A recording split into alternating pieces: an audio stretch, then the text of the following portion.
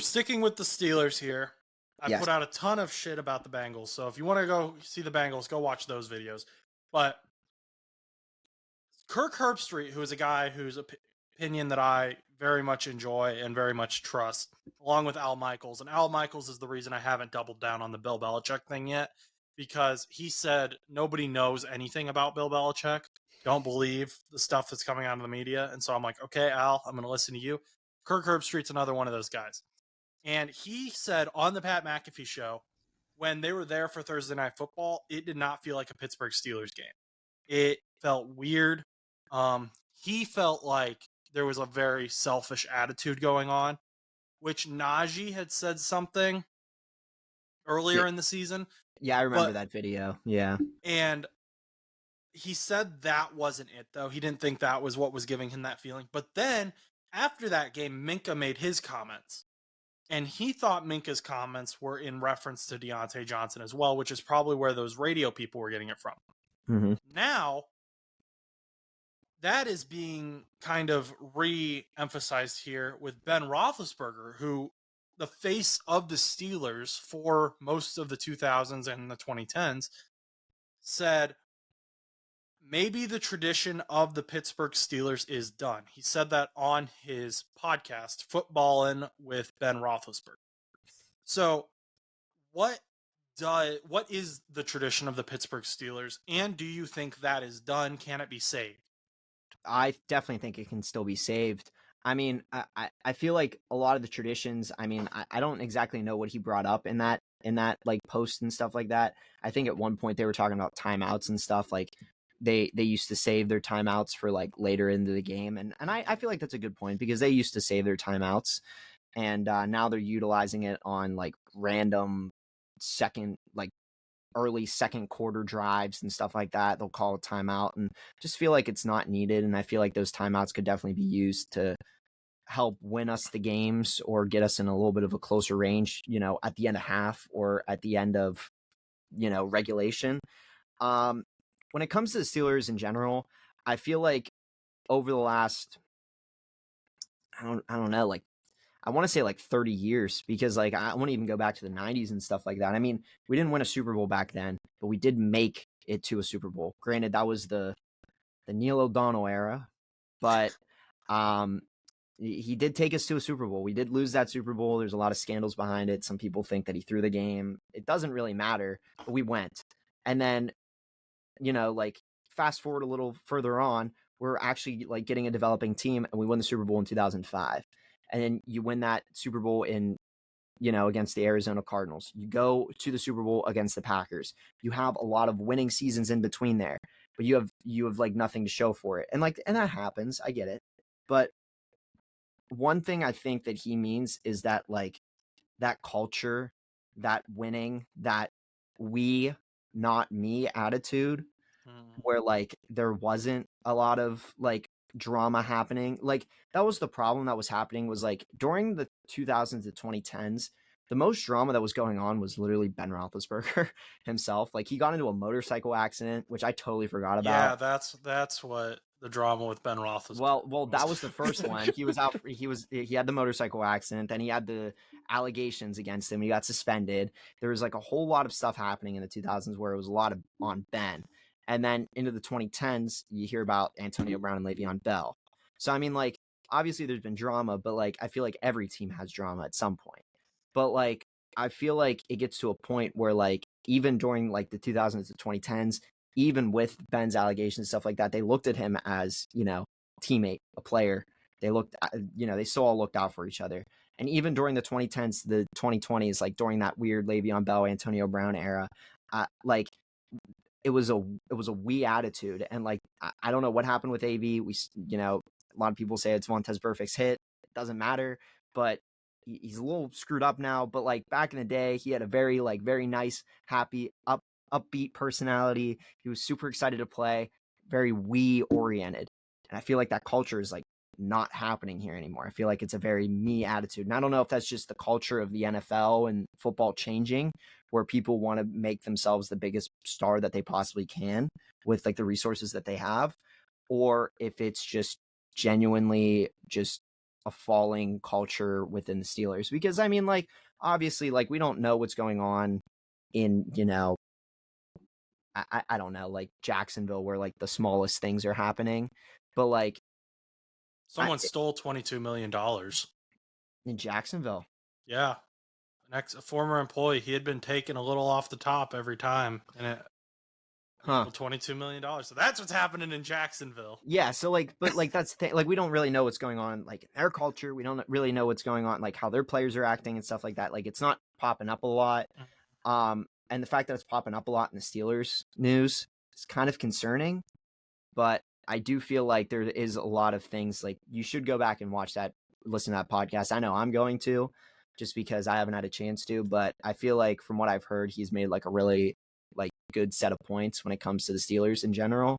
And, coming from the former Steelers quarterback himself, I don't know if I would call him the GOAT quarterback, because Scary Terry Bradshaw, he was something else, but nonetheless.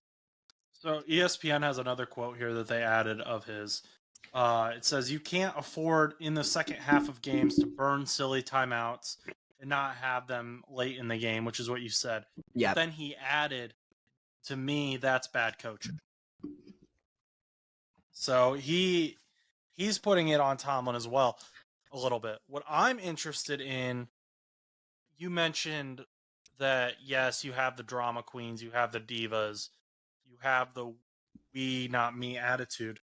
So the Steelers, admittedly, have always had that, the we, not me attitude. I mean, other teams around the league hated them. The Bengals hated them. Whoever played them hated them because they were an aggressive team, especially on defense. They were a team. They were like team player team, though. They always played together. They always defended each other. Now, coming out of the locker room, it's like, no, we're not. This dude's acting like an idiot, and I'm going to call him out. On this is slightly different, and this isn't an attack on Kenny at all. This is more of just a conceptual. I know when Joe Burrow got hurt and then Deshaun Watson got hurt, there was a photo going around that had Deshaun Watson up in his suite, and then Joe Burrow was down on the sideline helping Jake Browning. He had a headset on. Aaron Rodgers is doing the same thing with Zach Wilson, has a headset on. He's on the sideline. I noticed Kenny Pickett was up in a suite. He wasn't on the sideline.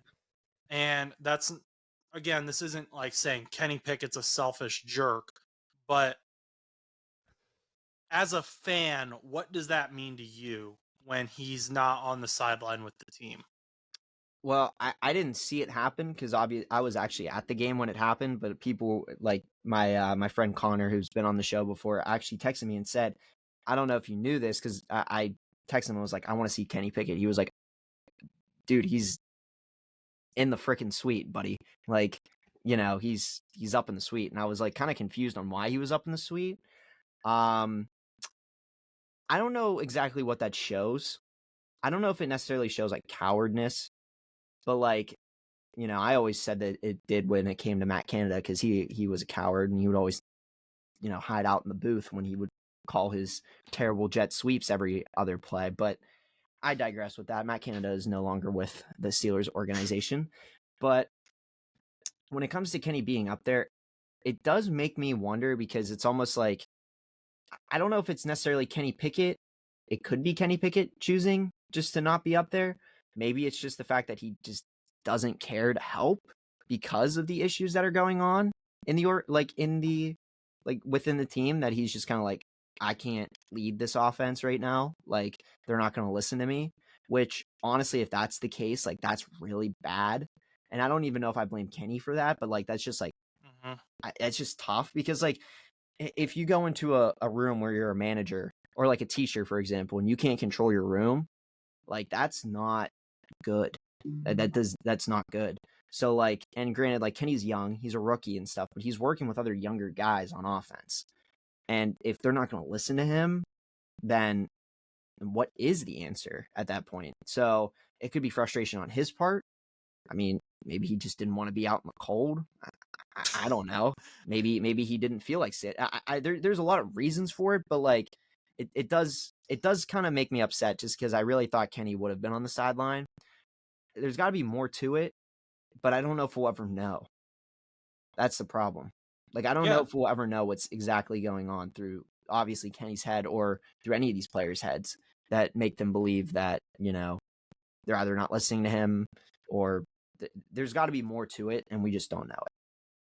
Yeah, I really like that Joe is on the sideline because he had his wrist surgery on a Friday, and then they were like, okay, you're going to sit at home and rest. He's like, no, I'm going to be at the game. I really respect that for him doing that because I was kind of expecting Kenny to be on the sideline, but he was not. So that's why I was kind of confused on why he was there in the suite. I mean, like I said, maybe it was something as crazy as like he wanted to be with his wife. I don't know, but like it's still kind of is just like he's like almost being like I'm not being there for my team, like it's almost like saying like, oh, like because like for example with Joe Burrow, how you mentioned Joe, he was probably in his head like they're like, oh yeah, just stay at home, hang out in the suite. No, I want to be there for my team. End quote. Probably. And I think it's reassuring for Jake because if he does something bad, Joe can be there and say, hey, like I would have done the same thing. And granted, Joe and Jake are around the same age. Mitch is older than Kenny. That's also the other thing, because if Kenny goes up to Mitch and he says, it's okay, I'm sure Mitch is probably going to be like, you freaking idiot. I'm older than you. I have more experience. I shouldn't have made that throw. You don't need to tell me that. I understand that, but like you probably should have still been on the sideline just to like motivate him a little bit. But Mitch is also not the starter. Yeah, but you should have still motivated him a little bit. Right. Like even if he's not going to listen to you because he's like ancient. I don't actually know how old he is. I'm just going to call him ancient.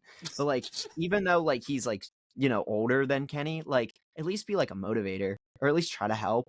Like because I'm sure that like some of these like quarterbacks out there that are dealing with like older quarterbacks starting over them because, obviously the young quarterback's always going to, start unless you're like an Aaron Rodgers or somebody that's just like an established quarterback talent. Like no, Aaron Rodgers. I was just thinking this. Aaron Rodgers said Tim Boyle helped him. These guys help each other. Yeah, then I don't understand Tim Boyle why. Is terrible on the field. Super smart, terrible on the field. And Aaron Rodgers is saying Tim Boyle helped him when he was in Green Bay. In Pittsburgh. So I think the age shouldn't matter. If you're the starter, you're the starter. No, I agree. But I mean, obviously I think I don't know. I was a little disappointed when I heard about that. I will say that, but I feel like there's got to be more to it because like Deshaun Watson, I always just kind of like pictured as like a selfish guy just with everything that surrounds him currently. But I don't know. Definitely weird for a second-year quarterback to be up in the booth or suite and not with his team. Makes me wonder if like a lot of people are unhappy for that team because if Minkah's unhappy, Deontay Johnson's unhappy, George Pickens is unhappy. Let's say Kenny Pickett's unhappy. Najee's unhappy. Najee's that's like almost all of your star players right there. Like that's like your star offense and like you're a big piece of your defense. I'm not going to say the biggest because obviously TJ Watt is that biggest piece, but to say a lot kind of makes you wonder. And I think if they on the no, I was just gonna say maybe if they get rid of the coach, like if they get rid of Tomlin, maybe it'll change everything. Maybe everybody will start acting differently. I don't know, obviously, but maybe you get fresh blood in there, and maybe if somebody doesn't want to play around, and they just cause problems. I just want to say, Pat McAfee show. They are all from Pittsburgh. Most of them are from Pittsburgh. They're Pittsburgh fans of the franchise. Obviously, Pat's a Colts fan, but he still roots for the Pittsburgh franchise at times. And they were just digging into the Steelers with Herbstreit, to the point where Pat had to say, like, hey, no, let's move on. Let's not trash them anymore. That's where Steelers. It's not just Chus. It's not just Chus in his basement getting mad at the Pittsburgh Steelers. The fan base as a whole is frustrated. And I think we'll just leave it at that and go. And one more thing. Okay, one more thing, and then we'll leave it at that. I wouldn't be surprised if we don't win another game this season. Well, that's great because you guys play the Bengals. So yeah, I wouldn't be surprised. If we can lose to the Cardinals and the Patriots, we'd be lucky to pick up one more win. And the only thing I can think of in the next 4 weeks is we lose to the Colts, we lose to you guys, we lose to the Seattle Seahawks, and then we beat the Baltimore Ravens at home because for some reason we always like to beat the Baltimore Ravens at home. That'd be great if you could do that. At Baltimore, I should say. We're not home as in Pittsburgh, like Baltimore at home. That'd be very helpful for the Bengals if you could beat the Baltimore Ravens. Yeah, and we'll finish 8-9. So, first losing season. Tomlin has a losing season. He gets nixed. Yeah, that would be something, but we'll see. Thanks for watching that video, guys. If you want to check out a most recent full episode of No Buts About It, that's going to be right over here. Yeah, right there. Check that out. And if you just want to see more short clips, we're going to have one right over here for you to watch. Check out No Buts About It on Spotify, Apple Podcasts, anywhere you listen to podcasts so you can listen to us on the go. Once again, have a great day and go do something nice for someone.